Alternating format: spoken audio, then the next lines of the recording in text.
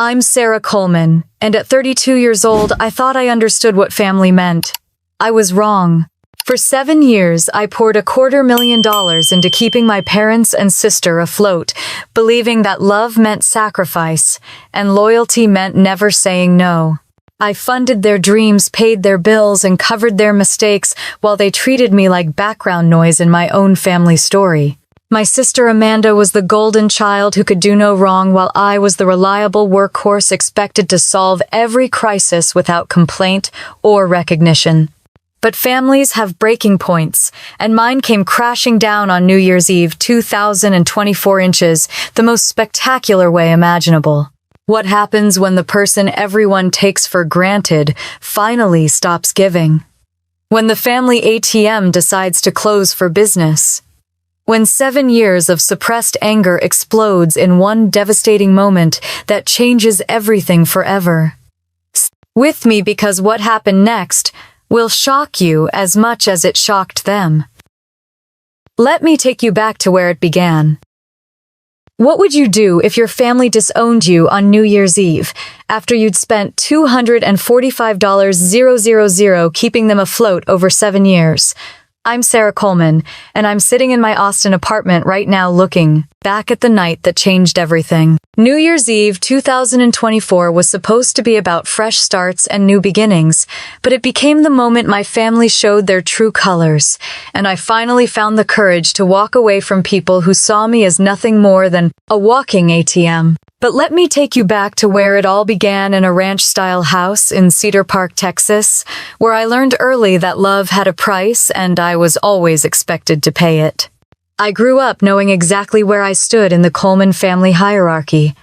I was the reliable one, the achiever, the daughter who never caused trouble. My younger sister Amanda, 6 years my junior, was the shining star who could do no wrong in our parents' eyes.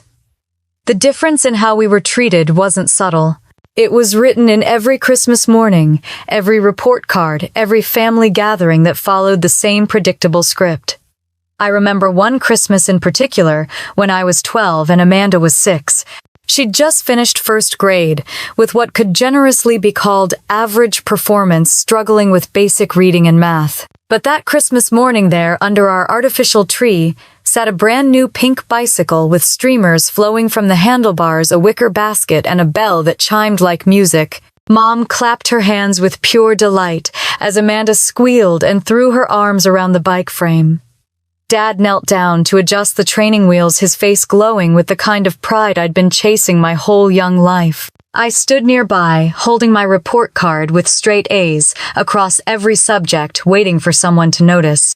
Dad glanced over at me, gave my shoulder a quick pat, and said, "Keep it up, kiddo," before turning his full attention back to Amanda's squeals of joy. That was the moment I learned that excellence was expected from me, while mediocrity from Amanda was celebrated like a miracle.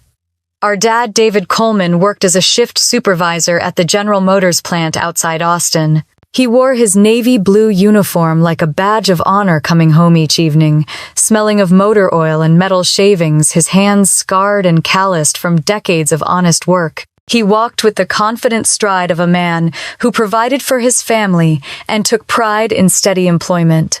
Our mom, Carol, worked part-time as a receptionist at Dr. Henderson's dental office in town. Her job wasn't glamorous, and she never pretended to love it, but she showed up every morning because the paycheck helped with groceries and Amanda's endless activities. The favoritism wasn't just about Christmas presents.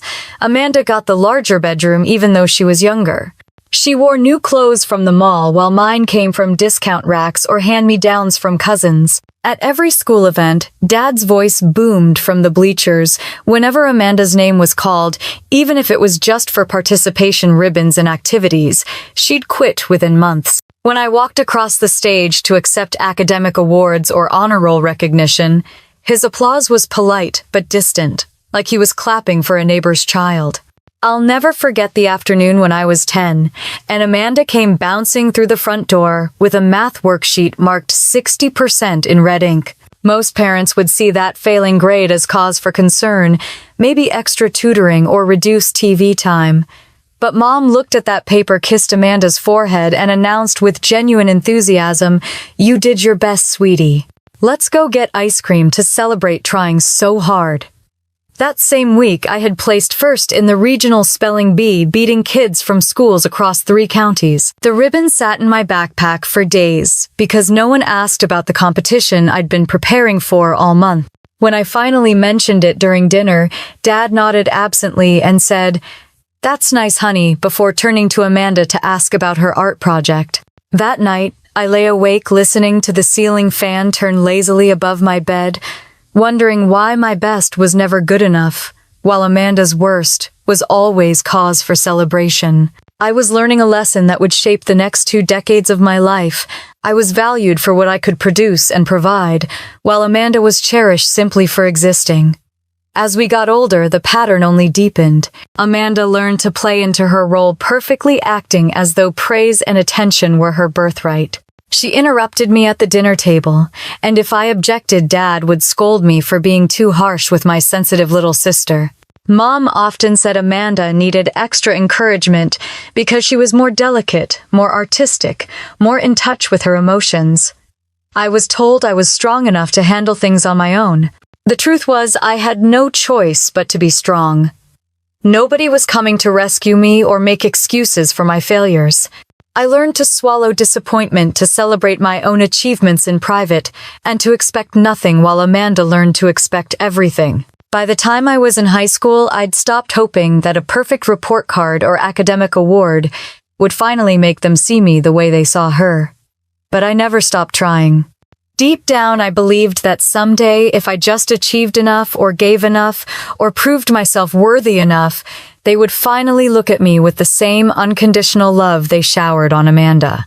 I had no idea that this desperate need for their approval would eventually cost me nearly $250,000 and almost destroy my life.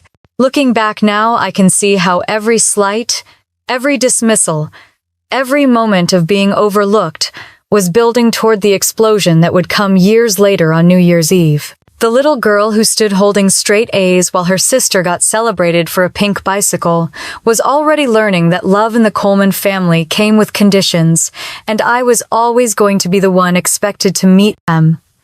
The year 2016 shattered our family's stability like a sledgehammer through glass. David lost his job at the GM plant when the company downsized, cutting nearly 300 positions despite his 18 years of faithful service. I was finishing my final semester at UT Austin, but I drove home that weekend when Mom called with the news, her voice shaking in a way I'd never heard before. I found Dad sitting in his worn leather recliner, staring at a muted television screen, the remote loose in his calloused hands.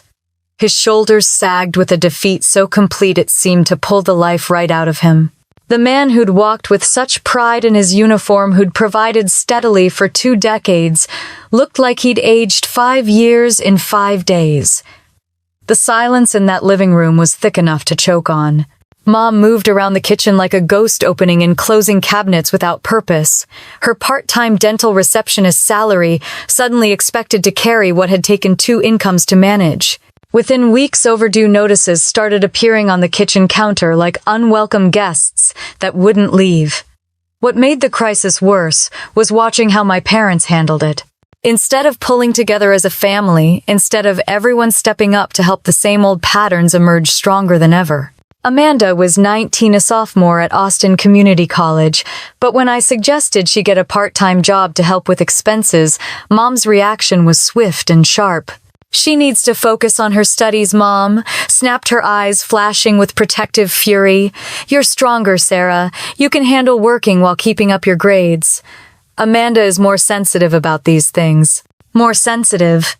That phrase had followed my sister through every challenge in her life, used to excuse her from any real responsibility or hardship.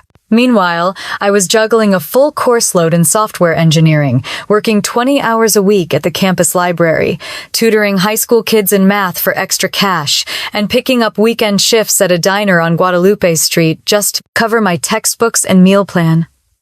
I'll never forget that Christmas of 2016. Money was tighter than it had ever been, but somehow Amanda still got the expensive UGG boots she'd been dropping hints about for months.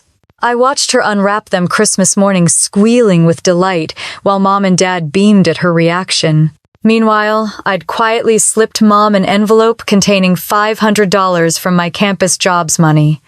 I'd scraped together by eating ramen for weeks and walking to class instead of taking the bus. Dad hugged Amanda tight and promised they'd figure out a way to get her the matching purse she wanted for her birthday. My envelope of cash disappeared into Mom's purse with a mumbled thank you and a reminder not to mention it to Amanda, because it might make her feel bad about the family's financial situation.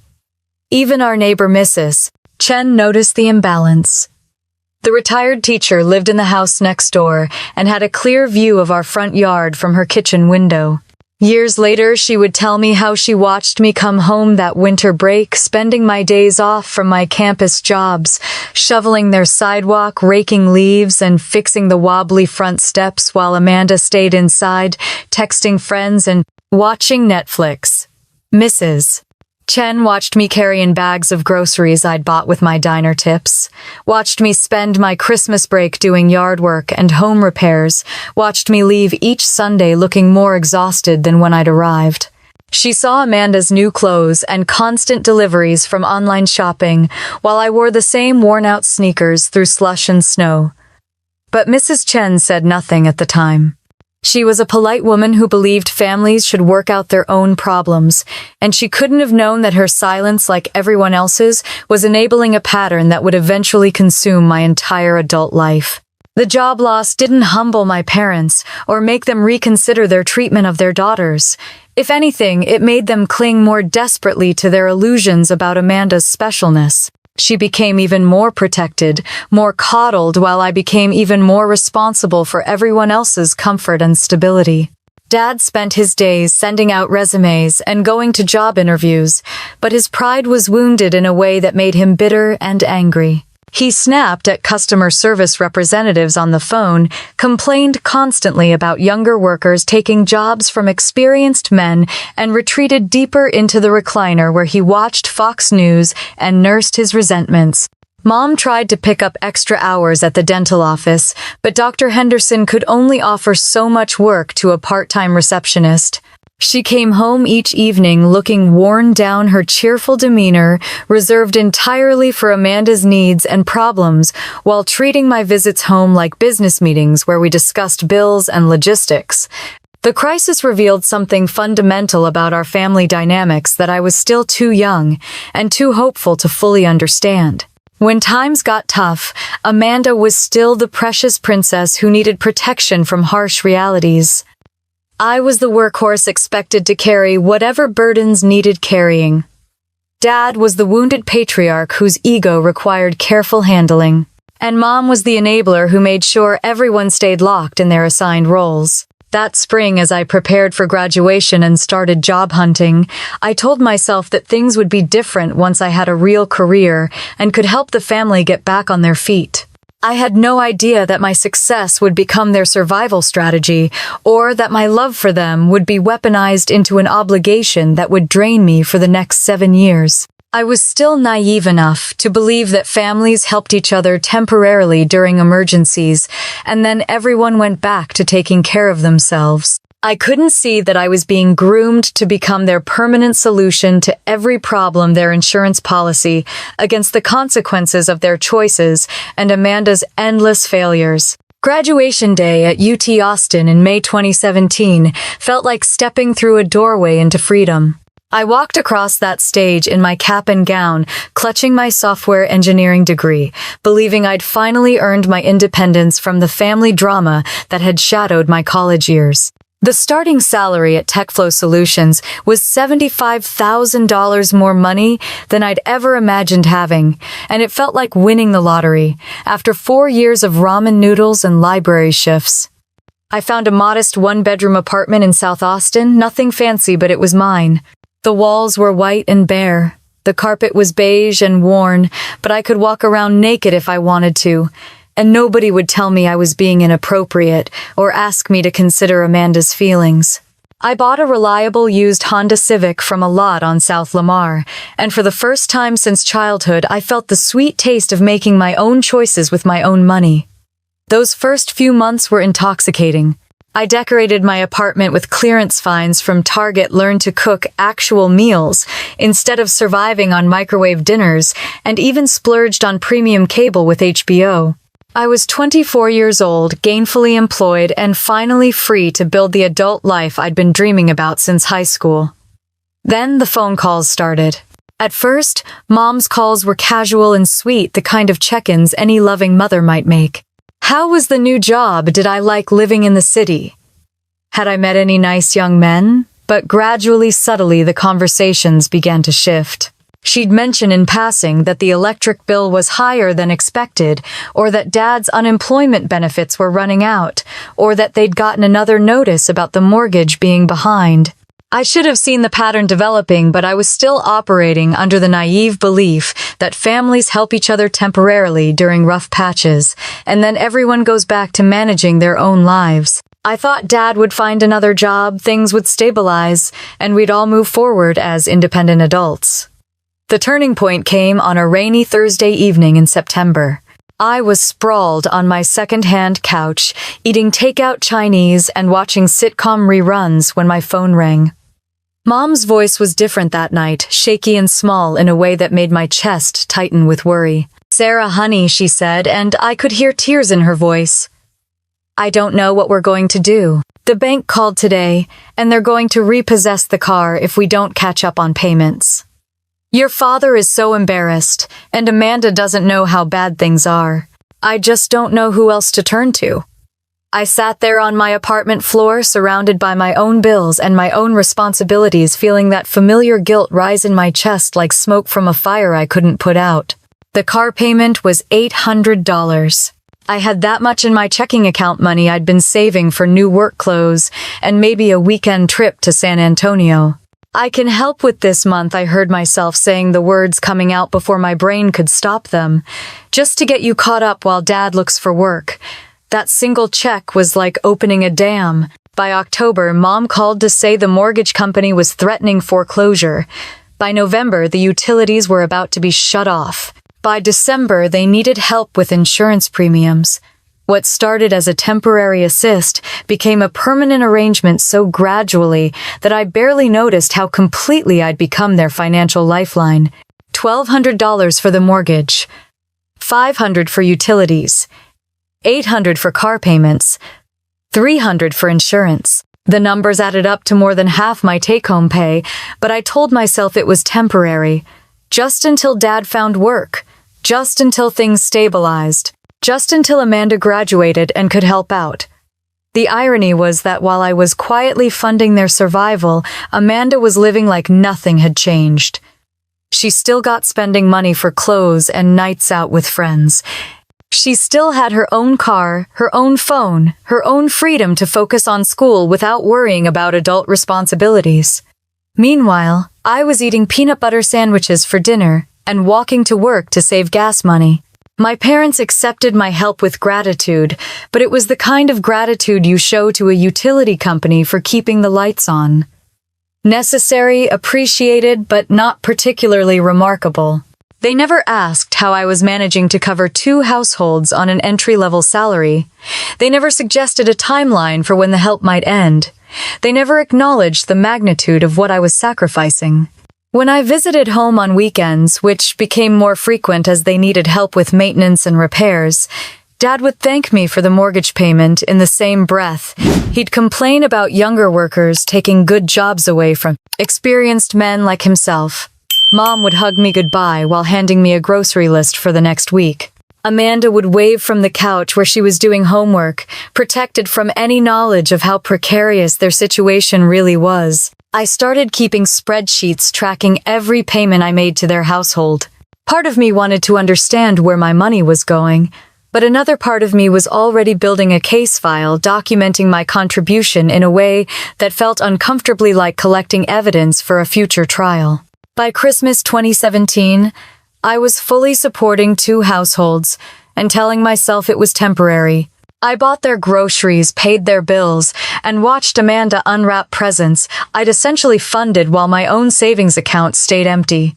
I was learning to live on the emotional scraps they threw me, while they saved their real affection and attention for the daughter who contributed nothing but drama and dreams. The girl who'd graduated with honors and landed a great job was disappearing into the role of family ATM, though I was still too hopeful and too guilty to see the trap I'd built around myself. I thought I was helping them get back on their feet. I had no idea I was actually enabling a lifestyle. They had no intention of giving up. While I was quietly bankrolling the family's survival, Amanda embarked on what she called her entrepreneurial journey, though it looked more like an expensive tour, through every get-rich-quick scheme she could find online. Each new venture was announced with the breathless excitement of someone who'd discovered the secret to easy money, and each failure was explained away with excuses that somehow made it everyone else's fault but hers. The first disaster came in spring 2018, when Amanda declared that culinary arts was her true calling. She'd been watching Food Network religiously and convinced herself that she had what it took to be the next celebrity chef. The Art Institute of Austin wanted $8,000 for their culinary program money. The family obviously didn't have, but somehow they scraped it together. I suspected my monthly mortgage payments were freeing up other funds, though nobody mentioned that connection directly. Amanda lasted exactly 1 semester before deciding that professional cooking was too demanding and the instructors were too harsh. She came home with stories about mean chefs who yelled too much, and classmates who were too competitive, painting herself as too sensitive and artistic for the brutal world of commercial kitchens. By summer, she discovered her next passion. Food trucks were booming in Austin, and Amanda was convinced she could create the next big street food sensation. She spent weeks designing a concept for Amanda's Kitchen, complete with cute logos and a social media strategy she'd learned from YouTube videos. The startup costs were $15,000 for a used truck and basic equipment money that somehow materialized from the family budget I was supporting. I remember the day they bought the truck, a cheerful yellow vehicle with hand-painted signs advertising fresh, local artisanal comfort food. Dad beamed with pride as he took photos of Amanda standing beside her new business venture, posting them on Facebook with captions about his entrepreneurial daughter following her dreams. The comments poured in from family, friends, and neighbors, all praising Amanda's courage and vision. The truck lasted exactly 4 months. Amanda quickly discovered that running a food business meant getting up at 5 in the morning to prep ingredients, standing in the Texas heat for 8 hours a day, dealing with difficult customers, and handling cash transactions while managing food safety requirements. The romantic vision of being a beloved local chef collided hard with the reality of being a small business owner. When Amanda abandoned the food truck, claiming that the city's permit process was too complicated and the competition was unfair, Mom and Dad spun it as a learning experience. "She's exploring her options," Mom would tell concerned relatives. "She's got such a creative spirit, she needs to find the right outlet." Next came the online boutique selling handmade jewelry. Amanda had watched a few YouTube videos about wire wrapping and convinced herself she could build an empire selling artisan accessories. She needed $3,000 for inventory, packaging supplies, and a website money that once again appeared from the household budget I was funding. She set up shop in the spare bedroom, turning it into what she called her design studio, complete with craft supplies and a ring light for photographing her creations. The boutique lasted 6 months, during which Amanda made perhaps a dozen sales, mostly to relatives who were trying to be supportive. Most of the inventory ended up in her own jewelry box, expensive materials that had been purchased with my mortgage payments and transformed into accessories for Amanda's personal collection. When the business inevitably failed, she blamed the algorithm changes on Etsy and Instagram, claiming that small businesses were being squeezed out by corporate interests. The cryptocurrency phase came next, riding the wave of Bitcoin mania that was sweeping the country. Amanda spent weeks researching blockchain technology and watching YouTube videos from self-proclaimed crypto experts, becoming convinced that digital currency was the future of wealth building. She pressured Dad into investing $5,000 money that should have gone toward home repairs into various altcoins that she was certain would make them all rich. I watched this disaster unfold from my apartment, where I was eating peanut butter sandwiches for dinner and walking to work to save gas money. The $5,000 Dad gambled on Amanda's crypto dreams was more than I spent on groceries in an entire year, but it was treated as a reasonable investment in their daughter's financial education rather than the reckless speculation it obviously was. When the crypto market crashed and the $5,000 evaporated, Amanda explained that they'd gotten out too early, that the technology was still evolving, and that real investors thought in terms of decades rather than months. Dad nodded along with her explanations, still proud of his visionary daughter, who was thinking about cutting-edge opportunities, while his other daughter merely worked a boring job in traditional software. Through it all, I sat at their kitchen table during weekend visits, listening to them praise Amanda's entrepreneurial spirit, while completely ignoring the fact that my boring traditional job was paying for their house, their cars, their utilities, and funding Amanda's endless string of expensive experiments. The irony was lost on them completely. My friend Rachel Kim became my sounding board during our monthly wine nights, listening to me vent about the latest Amanda business failure while I paid for everyone's survival. "You realize they're using you right," Rachel would say, her dark eyes sharp with concern. "She's playing entrepreneur with your money while you're working yourself to death." I always defended them, explaining that families help each other, that Dad was still looking for steady work, that Amanda just needed to find her niche. But privately, I was keeping detailed spreadsheets of every payment I made, every business venture I indirectly funded, every dollar that disappeared into the black hole of their financial dysfunction. The pattern was becoming clear even to my willfully blind eyes. Amanda generated excitement and dreams while I generated money and stability. She was celebrated for her vision and creativity while I was taken for granted as the reliable workhorse. She failed upward into new opportunities, while I succeeded into greater obligations and expectations. By 2020, I'd been supporting their household for 3 years, and Amanda had burned through nearly $30,000 of various business ventures, none of which had generated any meaningful income or taught her any lasting lessons about work responsibility or consequences. By late 2024, my career at TechFlow Solutions was finally reaching the moment I'd been working toward for 7 years. Our development team had just delivered a revolutionary fintech platform 3 weeks ahead of schedule, a system that streamlined mobile banking for credit unions across the Southwest. The client feedback was glowing. Industry publications were calling it innovative, and for the first time in my professional life, I felt like I was being recognized for something that mattered.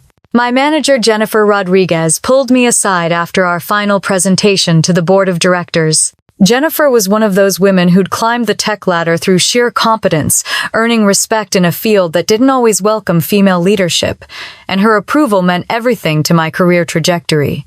"Sarah, I've been watching your work on this project, and I'm impressed," she said as we walked back toward the development floor. "There's a senior engineering position opening up in January, and I want you to consider applying. We're talking about a salary bump to $120,000 plus equity options, plus the chance to lead your own team." The opportunity felt surreal.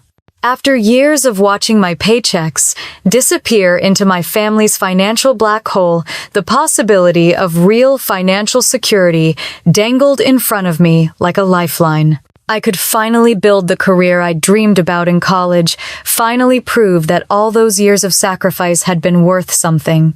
But even as Jennifer outlined the promotion timeline, I could feel the familiar weight of family obligations pressing down on my shoulders. The stress of managing 2 households was showing up in ways I'd tried to ignore. During crucial client presentations, my phone would buzz with texts from Mom about plumbing emergencies or Amanda's latest crisis. I'd lose my train of thought mid-sentence, fumble through technical explanations, and spend the rest of the meeting wondering if I'd just blown my credibility. The breaking point came during a meeting with potential investors from Dallas.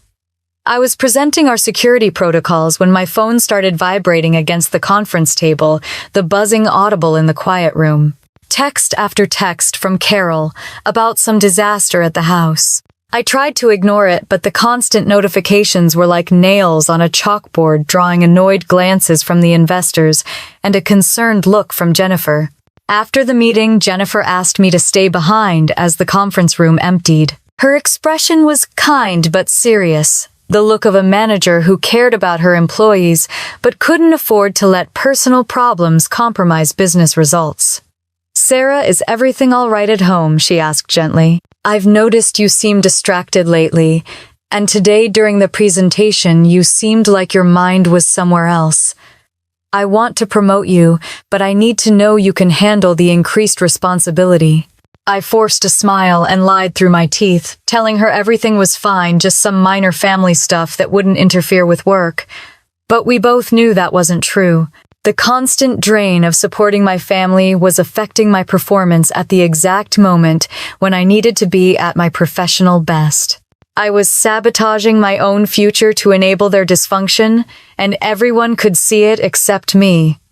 Meanwhile, 68-year-old Mrs. Chen next door had been conducting her own quiet investigation into the Coleman family dynamics. She'd lived in that same house for 30 years, raised 4 children of her own, and taught elementary school long enough to recognize dysfunction when she saw it. From her kitchen window, she had a perfect view of our family's weekend routines, and what she observed disturbed her more each month. Mrs. Chen watched me arrive every Saturday morning with bags of groceries from H-E-B, watched me spend my weekends doing yard work and home maintenance, while Amanda came and went in new clothes carrying shopping bags. She saw the constant parade of delivery trucks bringing packages to the house, noticed that Amanda's car always looked freshly detailed, while mine was showing wear from the long drives between Austin and Cedar Park.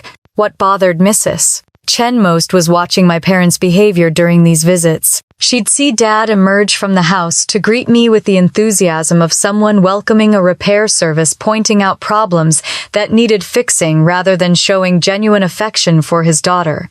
She watched Mom hand me grocery lists and honey-do lists like I was hired help rather than family. Mrs. Chen had raised 4 children through lean times and good times, and she knew what healthy family support looked like. This wasn't it. But she was from a generation that believed in minding your own business, so she kept her observations to herself while watching a young woman slowly drain herself dry for people who treated her generosity like an entitlement. The irony wasn't lost on me that my professional success was finally within reach at the exact moment when my family obligations were threatening to destroy it. I was 29 years old, finally hitting my stride in a competitive industry, finally earning the respect of colleagues and supervisors who saw my potential. But I was also spending my evenings managing their crises, my weekends, doing their maintenance, and my mental energy, worrying about problems I hadn't created but somehow felt responsible for solving. The promotion Jennifer was offering represented everything I'd worked for since college, but accepting it would mean longer hours, more travel, greater responsibility. How could I handle a senior position when I was already stretched thin managing their emergencies?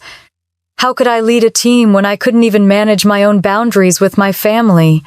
As I sat in my Austin apartment that evening, staring at the spreadsheet that tracked 7 years of payments to their household, I felt trapped between 2 impossible choices. I could pursue the career I'd trained for and dreamed about, risking their disappointment and guilt trips about abandoning family when they needed me most. Or I could stay in my current role, safe and manageable, continuing to fund their lifestyle while my own potential withered away. What I couldn't see yet was that Mrs. Chen's silent observations would eventually become the testimony that validated everything I'd experienced, and that Jennifer's promotion would still be waiting for me when I finally found the courage to choose my own future over their endless needs. 3 days before New Year's Eve 2024, Amanda walked into Sunday dinner at the Cedar Park house and dropped a bomb that shattered what little stability our family had left. We were sitting around the familiar kitchen table, the same one where I'd done homework as a child while Amanda got help with projects I could have finished in my sleep, when my sister cleared her throat with a dramatic flair she'd perfected over 26 years. "I need to tell y'all something," she said, her voice wavering between confession and defiance. "I'm in some trouble with credit cards." The words hung in the air like smoke from a grease fire. Dad set down his fork, his face already tensing with the look he got when dealing with problems he couldn't fix with his hands. Mom's mouth opened slightly the way it did when she was processing information that didn't fit her carefully constructed reality. "How much trouble?" Dad asked, though his tone suggested he already knew the answer would be worse than anything he wanted to hear. Amanda twisted her hands in her lap, suddenly looking younger than her years. $18,000 across 4 cards. "The minimum payments are killing me and the interest keeps growing. I've been trying to manage it on my own, but the collectors are calling every day now." The number hit me like a physical blow. $18,000. That was more than half my annual contribution to their household money. Amanda had somehow spent on God knows what while I was eating peanut butter sandwiches and walking to work to save gas money. But the revelation got worse. As Amanda continued her confession, tears starting to streak down her cheeks, she admitted that she'd used my name and address on some of the applications. She'd assumed that if things got really bad, I would help her figure it out, so she'd listed me as a reference and used our family address to make herself look more stable to lenders. "You used my information?" I asked, my voice carefully controlled even as my blood pressure spiked. "Amanda, do you understand that you could have damaged my credit score? My security clearance at work requires clean financial records." She looked genuinely surprised by my concern, as if the idea that her actions might have consequences for me had never occurred to her. "I just thought we're family. I didn't think it would be a big deal." Mom immediately went into protective mode, her voice taking on the sharp edge it always had when anyone criticized her baby girl. "She was just trying to get her life started, Sarah. Everyone makes mistakes when they're young." Young, I wanted to scream. She's 26 years old, not 16. But I bit my tongue and tried to focus on the practical problems. How had this happened? How had someone with a retail job at a sporting goods store managed to get approved for $18,000 in credit? The answer, when it came out, made my stomach turn. Amanda had inflated her income on the applications, claiming she made twice what she actually earned. She'd listed expensive purchases as business investments for her various failed ventures. She'd been making minimum payments by borrowing from friends, doing odd jobs, and occasionally selling items online, but the debt had grown faster than her ability to manage it. Dad's face was gray with worry as the full scope of the crisis became clear. The debt collectors weren't just calling Amanda. They were calling the house, asking for her at the address she'd used on the applications. If they pursued legal action, it could affect the family's already fragile financial situation. "We need your help," Mom said quietly, her words aimed directly at me like arrows finding their target. "You're the only one with good credit and a stable income. If you could co-sign a consolidation loan, we could get Amanda out of this mess and protect the whole family." I stared across the table at my sister, who was crying prettily into a tissue, while our parents looked at me with the same expectant expression they'd worn when asking me to cover the mortgage, the utilities, the car payments, and everything else that had kept their world spinning for 7 years. They wanted me to guarantee another $18,000 for Amanda's shopping addiction, on top of the $35,000 I was already providing annually. The math was simple and devastating. 7 years of support totaling $245,000. Plus, they now expected me to put my own financial security on the line for debts Amanda had accumulated while I was funding her parents' lifestyle and working overtime to advance my own career. "I need some time to think about this," I said finally, my voice steadier than I felt. "This isn't a small request, and I need to understand all the implications before I make any commitments." Amanda's tears intensified, and Mom's expression shifted to the disappointed look I'd seen countless times when I'd failed to immediately solve whatever crisis they'd created. But for once, I didn't cave to the emotional manipulation. I'd learned enough about finance and legal liability to know that co-signing loans was dangerous, especially for someone with Amanda's track record of financial irresponsibility. As I drove back to Austin that evening, my mind was spinning with calculations and concerns. The promotion Jennifer had mentioned would mean longer hours and greater responsibilities. Could I handle a senior position while also managing their crises and potentially taking on legal liability for Amanda's debts? That night I made a decision that felt both generous and foolish. I'd host a New Year's Eve gathering at the family house, create a celebration atmosphere, and use the occasion to have an honest conversation about money boundaries and what I could realistically continue to provide going forward. I spent $400 on champagne appetizers and decorations, money I couldn't really afford but hoped would create the right mood for difficult discussions. I had no idea I was planning my own family funeral, that the New Year's Eve party would become the night everything I'd built and sacrificed would finally explode in my face. New Year's Eve 2024 arrived cold and crisp in Cedar Park, with that particular kind of Texas winter air that makes everything feel sharp and clear. I'd spent the morning arranging champagne flutes and setting out appetizers I couldn't really afford, trying to create the perfect atmosphere for what I hoped would be a turning point in our family's financial dysfunction.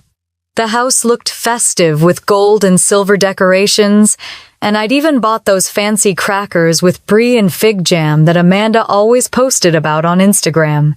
By 8 o'clock, the living room was full of extended family. Patricia Coleman and her husband James Patterson had driven over from their place near Lake Travis, and their daughter Emma was home from UT for winter break. Diana Martinez had made the trip up from San Antonio, bringing her famous tamales and the kind of no-nonsense attitude that came from raising 3 kids on a teacher's salary.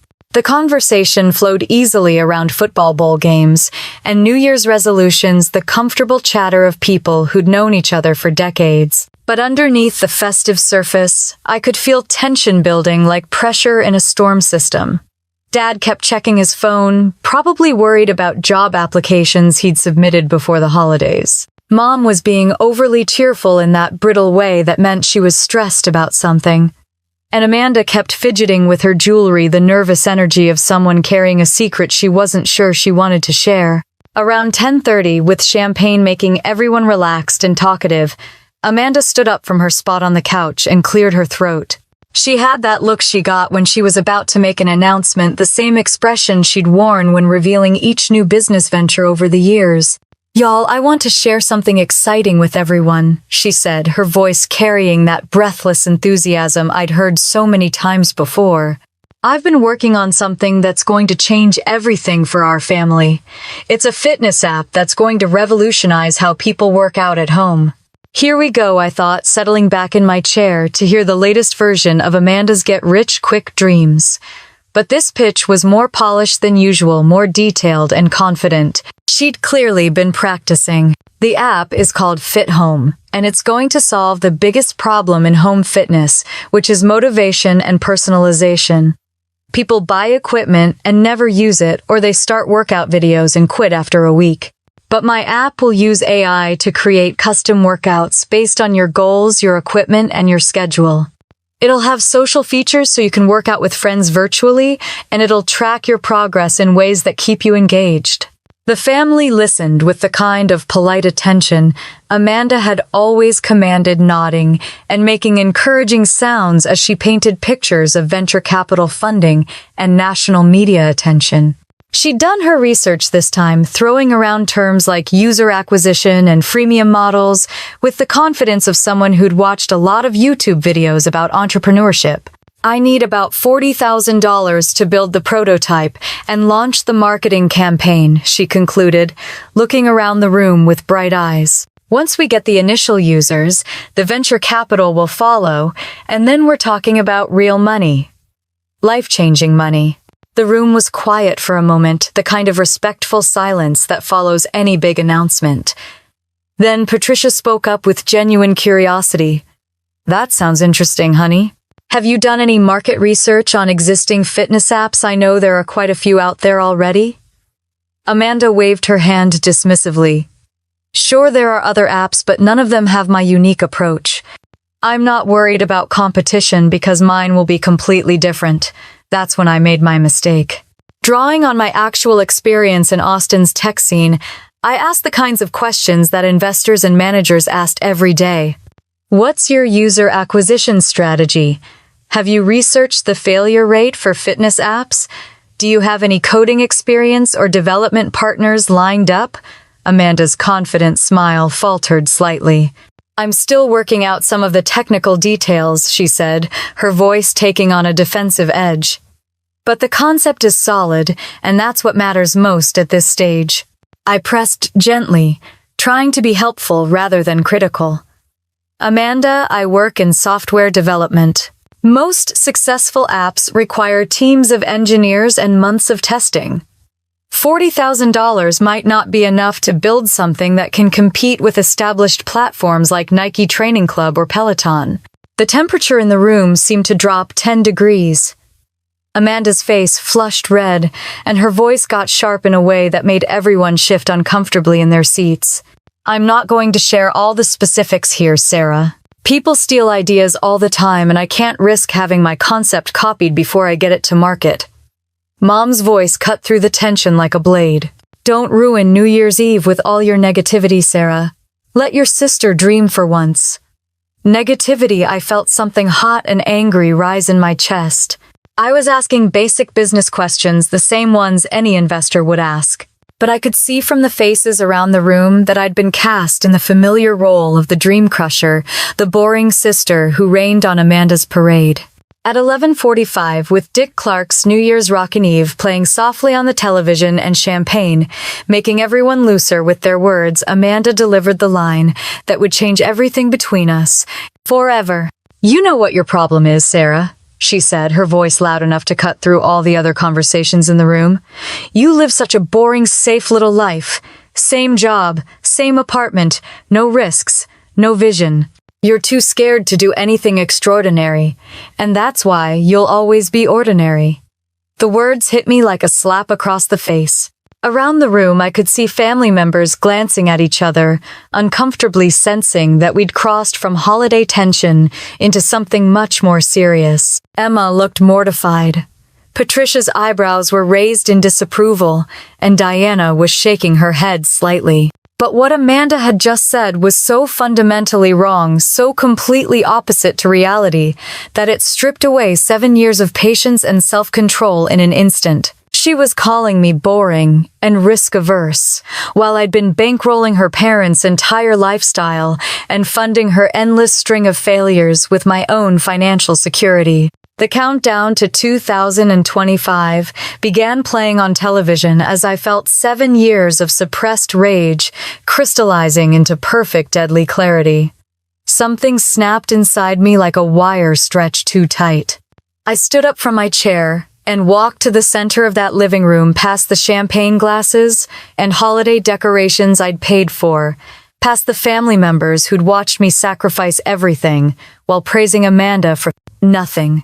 My voice cut through the party noise with a calmness that surprised even me. Y'all want to talk about taking risks? Let's talk about the risks I've been taking for 7 years. The room went dead silent. Amanda's mouth was still open from her insult, but no sound was coming out. Dad lowered his beer bottle slowly, and Mom's face went pale as she realized where this was heading. Amanda, you want to call me boring and safe? Let me tell you about risk. You've borrowed money from half this family and never paid back a cent. Remember the food truck that lasted 4 months? I paid for that. The jewelry business that ended up in your own closet? That was my money too. Every scheme, every failure, every shopping spree has been funded by the boring girl with the safe job. Patricia's eyes widened, and James leaned forward in his chair. Emma looked like she was watching a car accident in slow motion. Diana set down her champagne glass with a sharp clink against the coffee table. For 7 years I've been paying to keep this house standing. $1,200 monthly for the mortgage. $500 for utilities. $800 for car payments. $300 for insurance premiums. Add phones, internet, and every emergency that comes up, and that's $35,000 every single year. I heard Patricia suck in her breath and saw Diana's hand fly to cover her mouth. Emma was staring at me like she'd never seen me before, and James was shaking his head in disbelief. 7 years times $35,000. That's $245,000 I've handed over to keep this family afloat, while Amanda played entrepreneur with money she never earned and never paid back. The silence was so complete, I could hear the television in the background, crowds cheering in Times Square as midnight approached.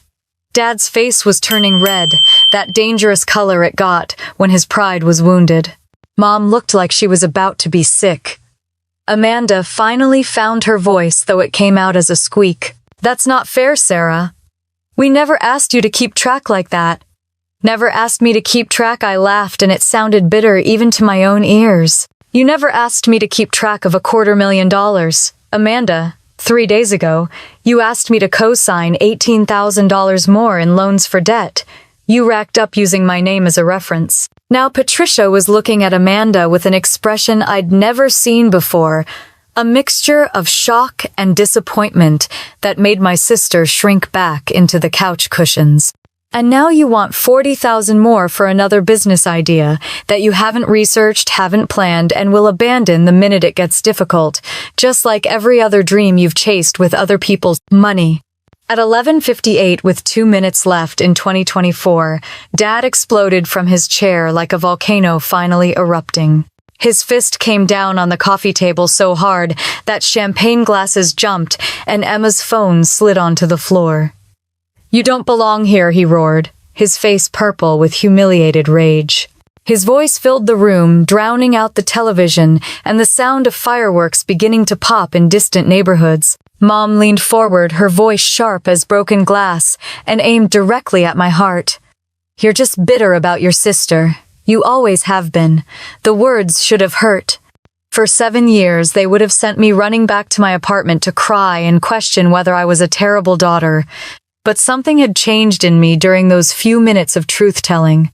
I looked around at their faces at the shock and anger and embarrassment, and I felt nothing but cold clarity. Outside, the first New Year's fireworks were exploding in the distance as 2025 arrived, and I smiled with a calmness that seemed to terrify them more than screaming would have. Then let Amanda cover the $35,000 next year.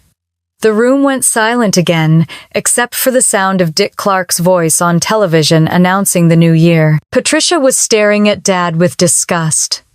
Diana was shaking her head slowly. James had his arm around Emma, who looked like she was about to cry. Mom's voice was shaking when she spoke. "Sarah, you're being unreasonable. We're family." Family. I picked up my purse from the side table and slung it over my shoulder. Family doesn't use one person as a bank account while treating her like hired help. Family doesn't dismiss 7 years of sacrifice and then ask for more money in the same breath. The countdown on television reached 0 as I walked toward the front door. Behind me, I could hear Amanda starting to cry and Mom calling my name, but their voices sounded like they were coming from underwater.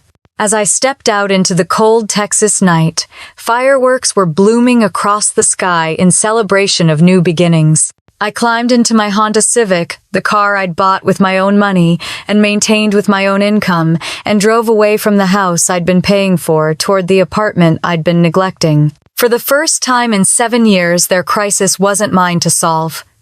The new year had arrived, and I was finally ready to find out what my life could look like when I stopped funding theirs. The drive through empty Austin streets at 12:30 on New Year's morning felt like traveling through a different world.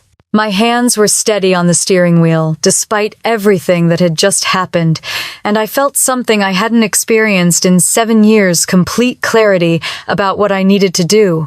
The weight of their expectations, their guilt trips, their financial manipulation had lifted off my shoulders like fog burning away in sunlight. By 1 o'clock, I was sitting at my kitchen table with my laptop open, methodically severing every financial connection that tied me to their dysfunction. The mortgage payment was first. 7 years of $1,200 monthly transfers from my Wells Fargo checking account scheduled automatically for the first of every month like clockwork. I clicked into the online banking system and found the recurring payment screen. My finger hovered over the cancel button for just a moment. 7 years of conditioning told me I was being selfish, that I was abandoning people who needed me.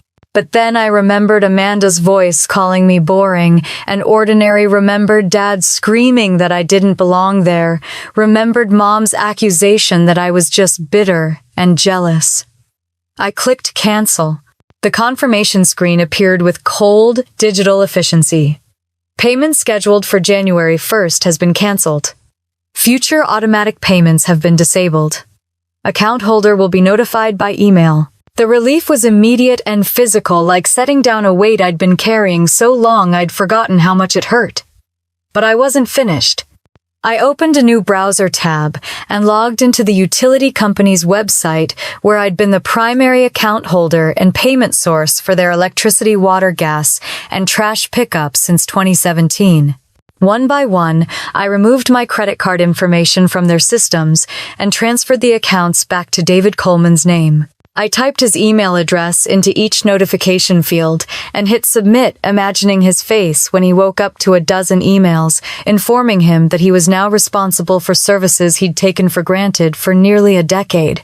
The car loans required phone calls, but it was New Year's Day and the dealership finance departments were closed. I made notes to call first thing Tuesday morning to remove myself from both vehicle financing agreements. In the meantime, I sent emails to both lenders informing them that I would no longer be making payments and requesting immediate transfer of responsibility to the primary owners. Next came the insurance policies.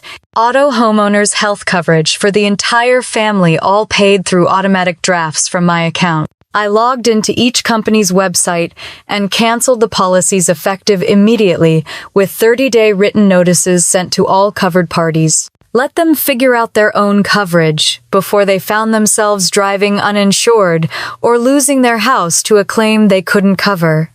The family cell phone plan felt almost personal to cancel. For years I'd been paying for Amanda's iPhone, with unlimited data, watching the monthly bills climb as she streamed videos and posted on social media while I walked to work to save money. I changed the account password, removed every device except my own, and scheduled service termination for January 3rd. They'd have 72 hours to set up their own plans before their phones went dead. Internet and cable were next. I remembered all the times I'd driven over on weekends to find them binge-watching Netflix series or streaming sports while I worked on their honey-do lists. The Spectrum account was in my name, paid through my credit card, servicing a house I no longer lived in for people who just told me I didn't belong there. I logged in and scheduled service disconnection for January 2nd. No more high-speed internet, no more cable TV, no more streaming services. They could figure out their own entertainment options. The final cut was the most personal. 2 years ago, after a neighbor's house was burglarized, I'd spent $2,000 installing a comprehensive security system in their home. Cameras, motion sensors, smart locks. A doorbell camera, all connected through an app on my phone that let me monitor the property remotely. I opened the security app one last time and watched the live feed from their living room. The party had clearly ended badly. I could see champagne glasses scattered around decorations, askew evidence of the chaos I'd left behind. The Christmas tree lights were still twinkling, casting colored shadows on empty chairs, where extended family members had witnessed the explosion of 7 years of suppressed truth. I clicked into the system settings and found the account management screen. The cameras I'd paid for, the sensors I'd installed, the smart locks I'd programmed, all of it connected through my subscription and controlled through my devices. I scrolled down to the bottom of the settings panel and found what I was looking for. Deactivate all devices. Permanently delete account. The system warned me that this action couldn't be undone, that all recorded footage would be deleted, that the hardware would become permanently disconnected from monitoring services. I thought about the irony of it all. I'd installed this system to keep them safe, to protect the house I was paying for, to give myself peace of mind about their security. Now I was the threat they needed protection from. I was the one cutting off their safety net, their financial security, their comfortable lifestyle built on my sacrifice and their entitlement. I clicked confirm. One by one, the camera feeds went dark. The motion sensors stopped reporting. The smart thermostat disconnected. The doorbell camera went offline. Within minutes, the house that had been my responsibility for 7 years was finally completely no longer mine to manage or monitor. By 4 in the morning, I'd severed every financial tie that connected me to their household. No more mortgage payments, no more utilities, no more insurance, no more phones, no more internet, no more security. I'd given them exactly what Dad had screamed at me, what they'd all made clear they wanted. I was no longer part of their family, which meant I was no longer responsible for their bills. I closed the laptop and sat in the quiet of my Austin apartment, surrounded by furniture I'd bought myself and bills I could actually afford. For the first time in 7 years, every dollar in my bank account belonged to me. Every financial obligation was truly my own. Outside, the last of the New Year's fireworks were fading from the sky, and I could hear the distant sounds of a city settling down after celebration. Inside, I felt something I'd almost forgotten existed: peace. I woke up January 1st to my phone, buzzing like an angry hornet beside my bed. 100 missed calls, 87 text messages, 15 voicemails. The notifications kept rolling in, even as I stared at the screen, trying to process the magnitude of their panic. The first voicemail was Mom's voice, high and frantic in a way I'd never heard before. "Sarah, honey, something's wrong with everything. The power went out around 6 this morning, the heat shut off, we can't get hot water, we can't even make coffee. Whatever you did, you need to fix it right now. Please call me back." Dad's voice came next, cold as January wind, but shaking with barely controlled rage. "Whatever game you think you're playing, it ends today.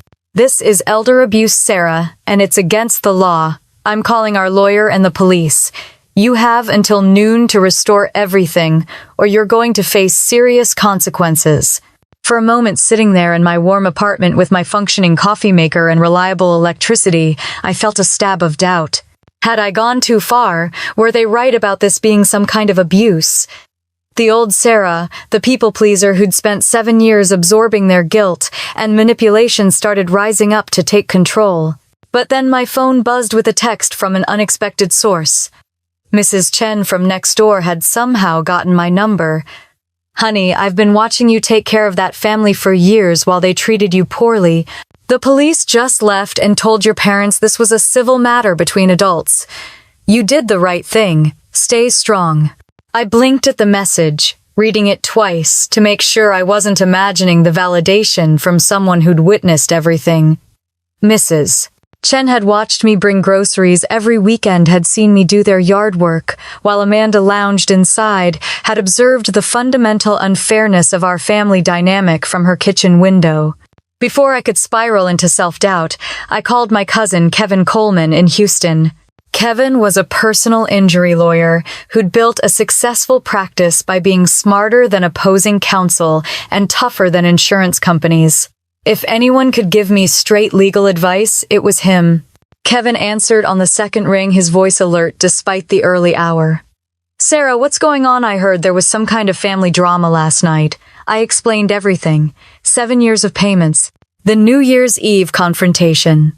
My decision to cut all financial ties. Dad's threats about elder abuse and lawyers. Kevin listened without interrupting, and when I finished, he laughed so hard I had to hold the phone away from my ear. "Sarah, your daddy's bluffing harder than a poker player with nothing but a pair of twos. There's no law anywhere in Texas, or anywhere else for that matter, requiring adult children to financially support their parents. You were paying their bills voluntarily from your own accounts. You had every legal right to stop." The relief flooded through me like warm water. Kevin continued in his lawyer voice, the tone he used when he wanted to make sure clients understood important points. "Keep those payment records you mentioned.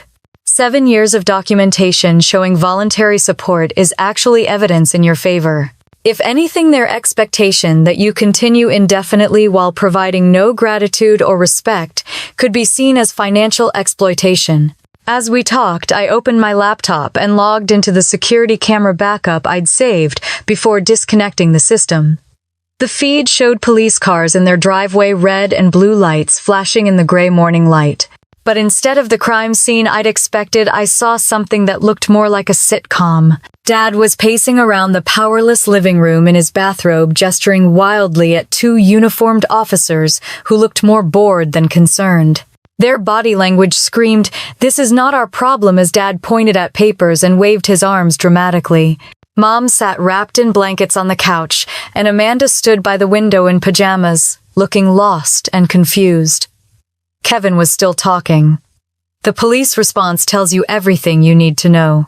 If they thought you'd committed a crime, they'd be investigating, taking statements, possibly arresting someone.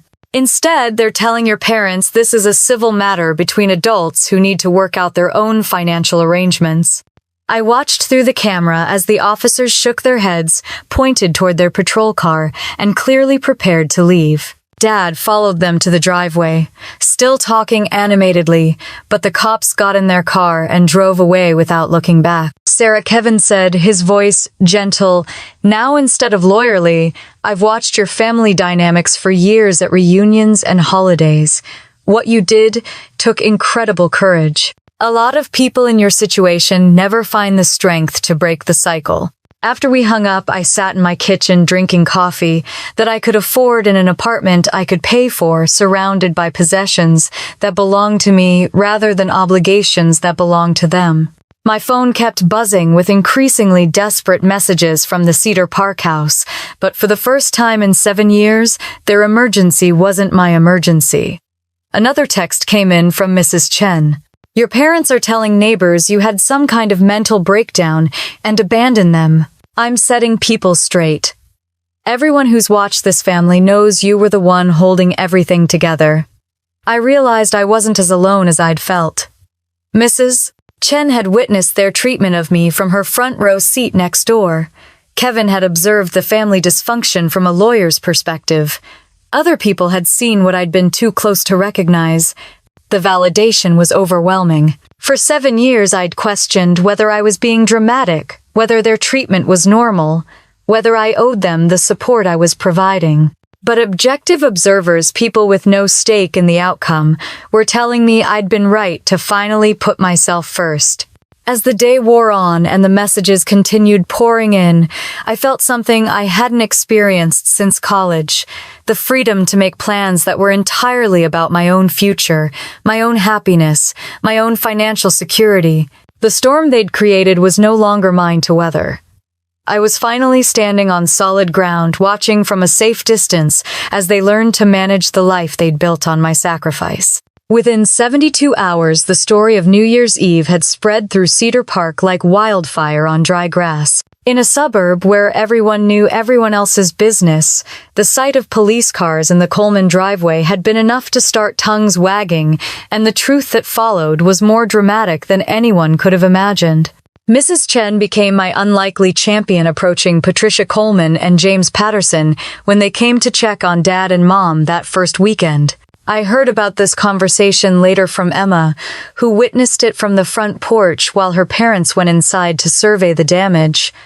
"I've been watching that girl sacrifice herself for this family for 7 years, Mrs. Chen told them, her retired teacher voice, carrying the authority of someone who'd spent decades managing difficult situations.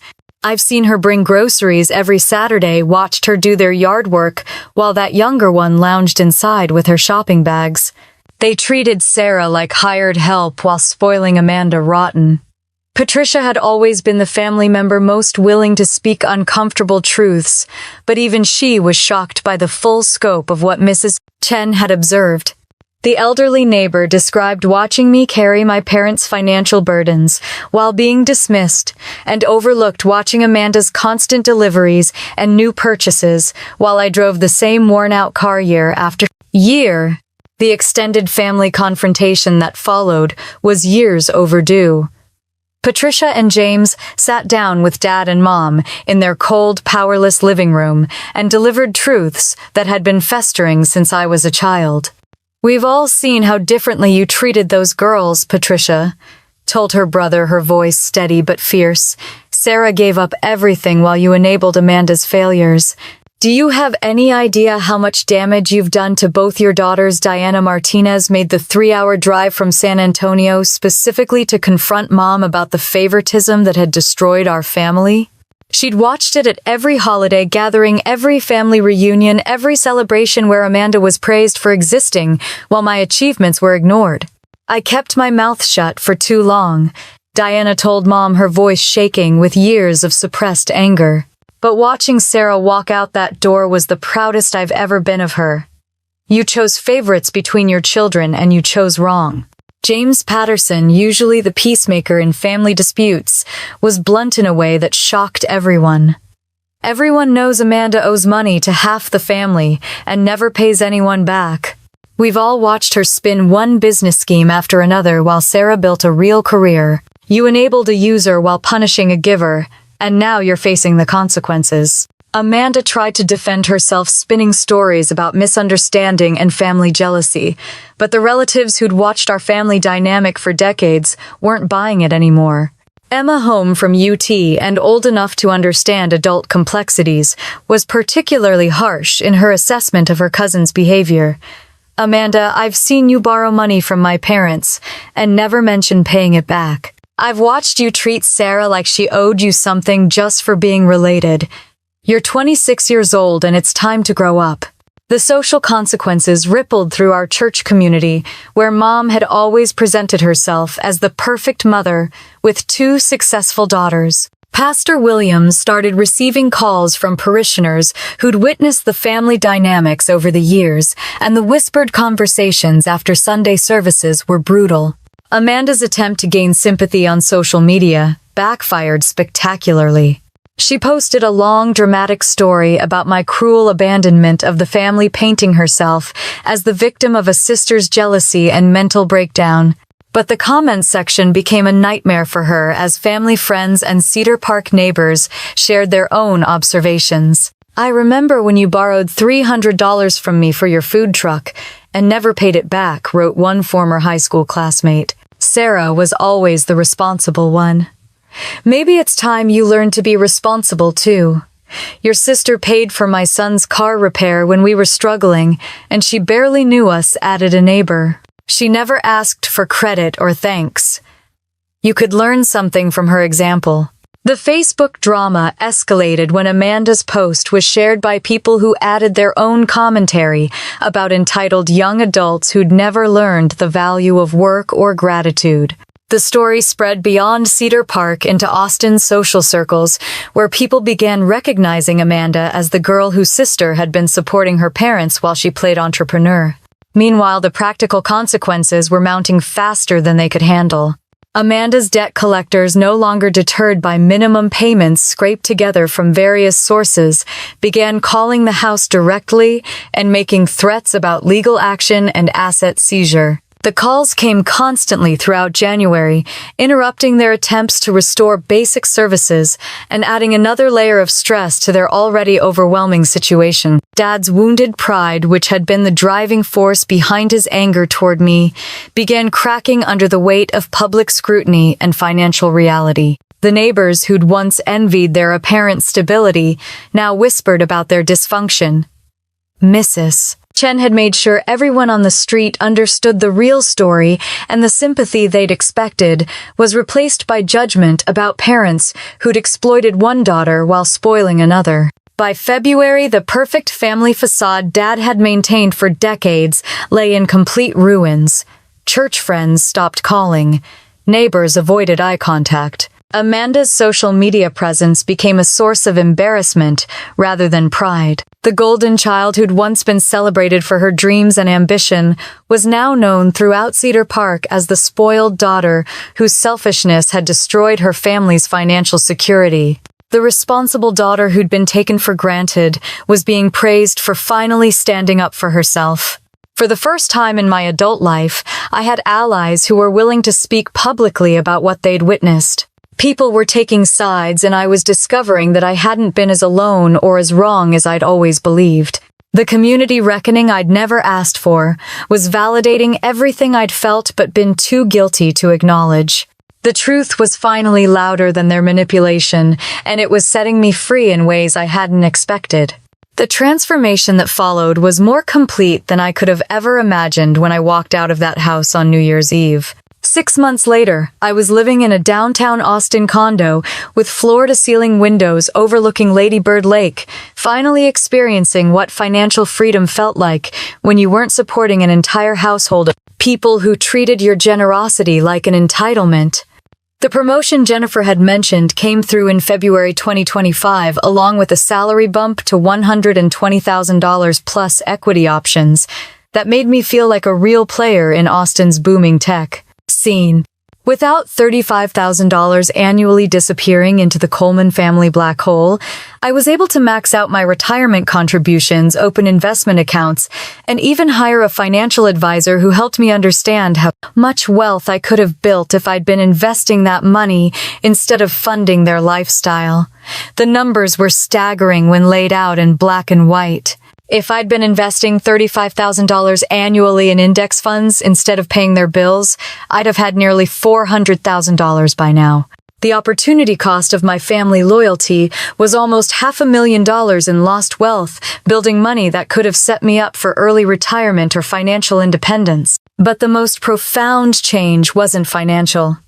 It was discovering what healthy relationships actually looked like. In March, I found Dr. Rebecca Thompson, a family therapist who specialized in adult children of dysfunctional families. Sitting in her comfortable office with plants and soft lighting, I finally heard someone with professional training validate everything I'd experienced.